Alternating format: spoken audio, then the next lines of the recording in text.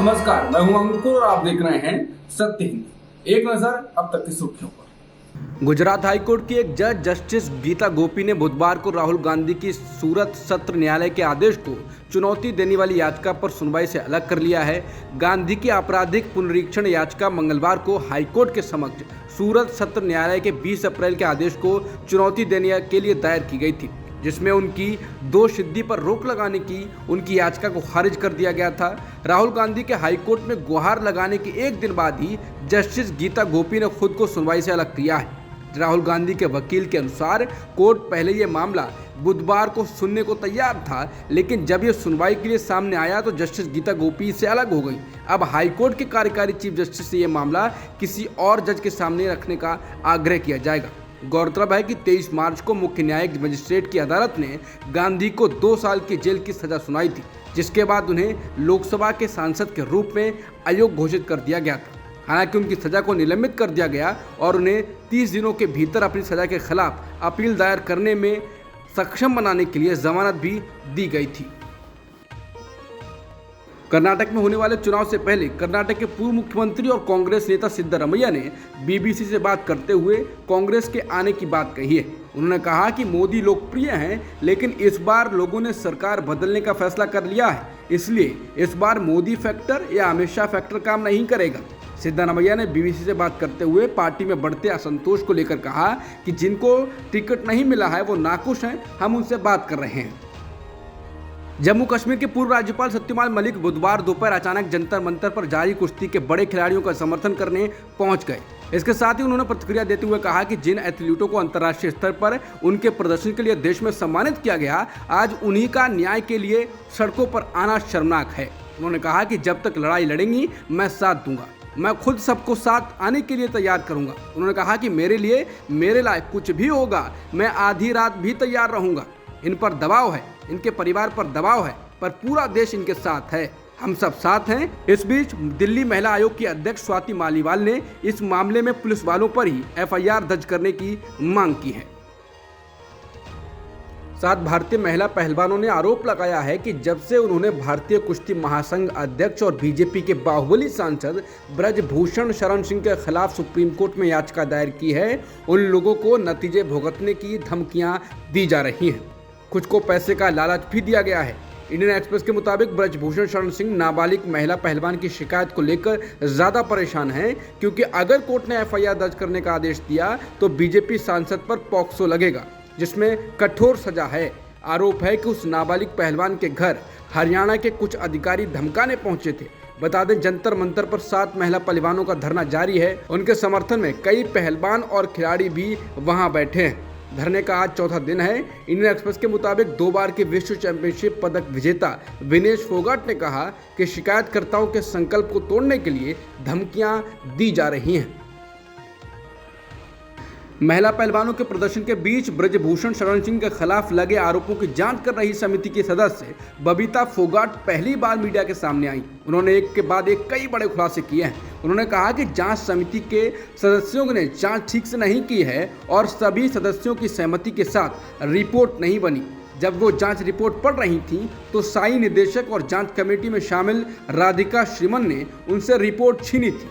श्रीमन ने उनके साथ बदतमीजी भी की थी। उसके कई बिंदुओं को दरकिनार किया गया। उसने अपनी आपत्ति भी इस रिपोर्ट में दर्ज करवाई है। यहाँ तक उनकी सहमति के बिना ही जांच रिपोर्ट पर हस्ताक्षर करवाए गए। वायर की रिपोर्ट के अनुसार उन्होंने ब्रजभूषण शरण को क्लीन चिट दी जाने वाले सवाल पर कहा, इस मामले पर मैं कुछ नहीं बोल सकती हूँ। क्लीन चिट देने वाले हम कौन होते हैं? मैं महिला होने के नाते आज भी खिलाड़ियों के साथ खड़ी हूँ, पहले भी खड़ी थी। फोगाट ने कहा, खिलाड़ी अपने हक के लिए लड़ रहे हैं, उनका हक कोई नहीं छीन सकता। LGBTQ+ समुदाय के 400 से अधिक बच्चों के माता पिता के एक समूह ने सीजेआई डीवाई चंद्रचूड़ को एक खुला पत्र लिखा है। इन पेरेंट्स ने सीजेआई से मांग की है कि उन्हें विवाह की समानता का अधिकार प्रदान किया जाए। सुप्रीम कोर्ट इस समय समलैंगिक विवाह को मान्यता देने के मुद्दे पर सुनवाई कर रहा है। स्वीकार द रेनबो पेरेंट्स ने अपने पत्र में लिखा है कि हम अपने बच्चों और दामादों को अपने देश में विशेष विवाह अधिनियम के तहत अपने रिश्ते के लिए अंतिम कानूनी स्वीकृति प्राप्त करने की मांग रखते हैं। हम जानते हैं कि हमारा देश अपनी विविधता का सम्मान करता है और दकियानूसी मूल्यों का बहिष्कार के लिए तैयार है। ये हमारे बच्चों के लिए भी विवाह की समानता का कानूनी अधिकार के रास्ते खोल देगा। इस समूह ने अपने पत्र में कहा, हम बूढ़े हो रहे हैं, हम में से कुछ जल्द ही 80 को छू लेंगे। हमें उम्मीद है कि हमें अपने जीवन काल में ही अपने बच्चों के LGBTQ समुदाय में विवाह को कानूनी रूप से मान्यता मिल हुए देख पाएंगे। बता दें, स्वीकार द रेनबो पेरेंट्स भारतीय LGBTQ समुदाय के माता पिता द्वारा प्रत्येक का समर्थन करने के उद्देश्य से बनाया गया एक समूह है। भारतीय कुश्ती महासंघ के अध्यक्ष ब्रजभूषण शरण सिंह पर FIR दर्ज करने का निर्देश देने की मांग करने वाली 7 पहलवानों की याचिका पर सुप्रीम कोर्ट द्वारा नोटिस जारी किए जाने के एक दिन बाद दिल्ली पुलिस ने बुधवार को अदालत को सूचित किया है कि इस मामले में प्रारंभिक जांच की जरूरत हो सकती है, उससे पहले वो FIR दाखिल करते हैं। भारत के मुख्य न्यायाधीश DY चंद्रचूड़ की अध्यक्षता वाली बेंच के सामने सॉलिसिटर जनरल तुषार मेहता ने कहा, हमें प्रथम दृष्टया लगता है कि FIR दर्ज करने से पहले इसकी थोड़ी प्रारंभिक जांच की जरूरत हो सकती है। मेहता ने कहा, यही हम आपके संज्ञान में लाना चाहते हैं। साथ ही कहा कि हालांकि अगर आपको लगता है कि FIR तुरंत दर्ज की जानी चाहिए तो कोई कठिनाई नहीं है, लेकिन कुछ मुद्दे हैं जिन्हें FIR से पहले जांचना चाहेंगे। इसके अलावा तुषार मेहता की दलील पर CJR DY चंद्रचूड़ ने कहा, जानते हैं मिस्टर सॉलिसिटर, हम तब तक कोई कदम नहीं उठाते जब तक हमारे कोई मटेरियल ना हो। आपके पास जो भी दस्तावेज हैं शुक्रवार तक जमा करें। इस पूरे मामले में एक माइनर इन्वॉल्व है और बहुत गंभीर है। उधर पहलवानों की तरफ से पेश सीनियर एडवोकेट कपिल सिब्बल ने कहा कि हमारे पास भी एक अन्य एफिडेविट है जिसमें यह बताया गया है कि उसके बाद क्या क्या हुआ है। मामले की अगली सुनवाई शुक्रवार को होनी है। अतीक अहमद और उनके भाई अशरफ की हत्या को लेकर सुप्रीम कोर्ट में कई याचिकाएं दाखिल हो चुकी हैं। 28 अप्रैल को सुप्रीम कोर्ट इस मामले में सुनवाई करेगा। इस बीच अब इस मामले में यूपी सरकार ने एक कैविएट दाखिल की है। सरकार का कहना है कि इस मामले में कोई भी फैसला देने से उसका पक्ष भी सुना जाए। बता दें, याचिका वकील विशाल तिवारी ने दायर की है, जिन्होंने यूपी में 2017 के बाद से हुए 183 एनकाउंटरों की जांच की मांग की है। तिवारी ने चीफ जस्टिस DY चंद्रचूड़ और जस्टिस PS नरसिम्हा की बेंच के सामने इस मामले में तत्काल सुनवाई की मांग की थी। हालांकि कोर्ट ने इस मामले को 28 अप्रैल को लिस्ट करने के निर्देश दिए हैं।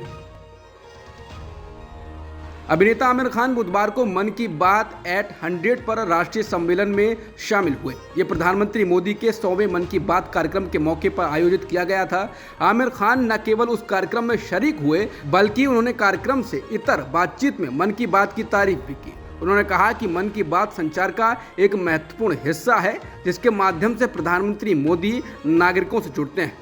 एक बार असहिष्णुता को लेकर दिए बयान को लेकर सुर्खियों में रहे आमिर खान जिस एक दिवसीय सम्मेलन में शामिल हुए उसका उद्घाटन नई दिल्ली में उपराष्ट्रपति जगदीप धनखड़ ने किया।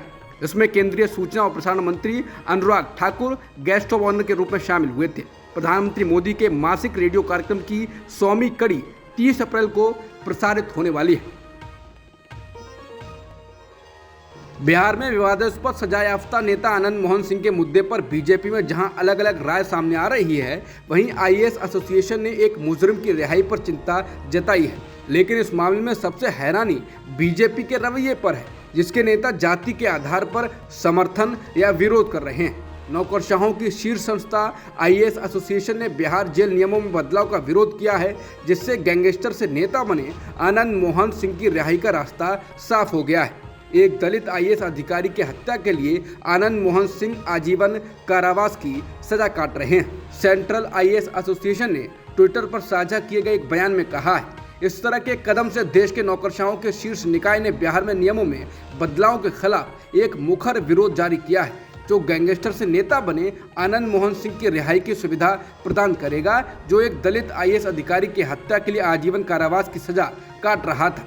सेंट्रल IAS एसोसिएशन ने ट्विटर पर साझा किए गए एक बयान में कहा, इस तरह के कदम से लोक सेवकों का मनोबल टूटता है, सार्वजनिक व्यवस्था कमजोर होती है और न्याय प्रशासन का मजाक बनता है। इस मामले ने एक बड़े राजनीतिक विवाद को जन्म दिया है। सुशील मोदी जैसे भाजपा नेताओं ने इस कदम की निंदा की है। मायावती की बहुजन समाज पार्टी ने कहा कि बिहार सरकार का यह फैसला दलित विरोधी है और नीतीश कुमार सरकार से निर्णय पर पुनर्विचार करने का अनुरोध किया है। नीतीश कुमार के जनता दल यूनाइटेड ने बसपा पर पलटवार किया और मायावती पर यूपी में बीजेपी की बी टीम होने का आरोप लगाया। महाराष्ट्र की राजनीति में उठापटक जारी है। लगातार एकनाथ शिंदे को मुख्यमंत्री पद से हटाए जाने की चर्चाएं सामने आ रही हैं। मुख्यमंत्री की कुर्सी पर बैठे एकनाथ शिंदे को लेकर शिवसेना उद्धव गुट के नेता संजय राउत ने दावा किया है कि वो जल्द मुख्यमंत्री पद से हटाए जाने वाले हैं। इस बीच उनके इस बयान पर एनसीपी चीफ शरद पवार ने कहा कि उन्हें इस बारे में कोई जानकारी नहीं है और ये सब संजय राउत अपने सोर्स के हवाले से कह रहे हैं।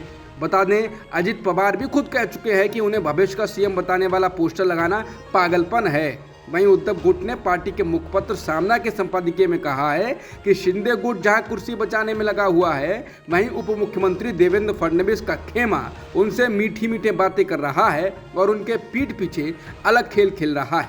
इससे पहले संजय राउत अजित पवार को लेकर भी बयान दे चुके हैं कि उनके अंदर मुख्यमंत्री बनने का दम है। दिल्ली के मुख्यमंत्री अरविंद केजरीवाल के सरकारी बंगले को लेकर जारी विवाद के बीच आम आदमी पार्टी सांसद संजय सिंह ने बीजेपी को निशाने पर लिया है और विवाद पर जवाब भी दिया है। उन्होंने कहा कि पुलवामा और अडानी जैसे बड़े मुद्दों से देश का ध्यान भटकाने की कोशिश बीजेपी कर रही है। उन्होंने कहा ये घर जो दिल्ली के मुख्यमंत्री के लिए बना था वो 80 साल पुराना 1942 में बना था। एक नहीं 3 घटनाएं हुई उस घर के अंदर। एक में मुख्यमंत्री के माता पिता जिस कमरे में रह रहे थे उनकी छत गिर गई। दूसरी घटना में मुख्यमंत्री जिस कमरे में रहते हैं उसकी छत गिर गई और तीसरी घटना में सीएम जहां लोगों से मिलते हैं उस कमरे की छत गिर गई।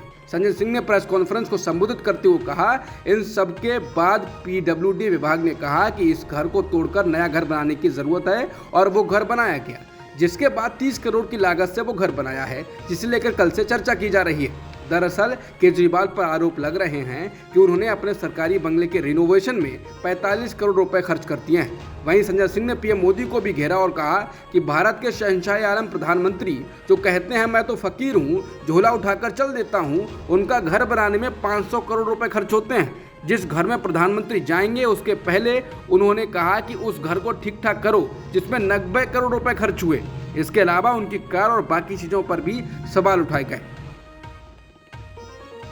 दिल्ली के मुख्यमंत्री अरविंद केजरीवाल के सरकारी बंगले को लेकर चल रहे विवाद के बीच एनसीपी प्रमुख शरद पवार ने उनको लेकर बड़ा बयान दिया और उनका समर्थन भी किया। उन्होंने कहा कि वो सिर्फ ये जानते हैं कि सीएम अरविंद केजरीवाल ईमानदार मुख्यमंत्री हैं। बता दें, बीजेपी उनके बंगले को लेकर लगातार आम आदमी पार्टी को घेर रही है। इस बीच केजरीवाल के समर्थन में शरद पवार ने ये बयान दिया है।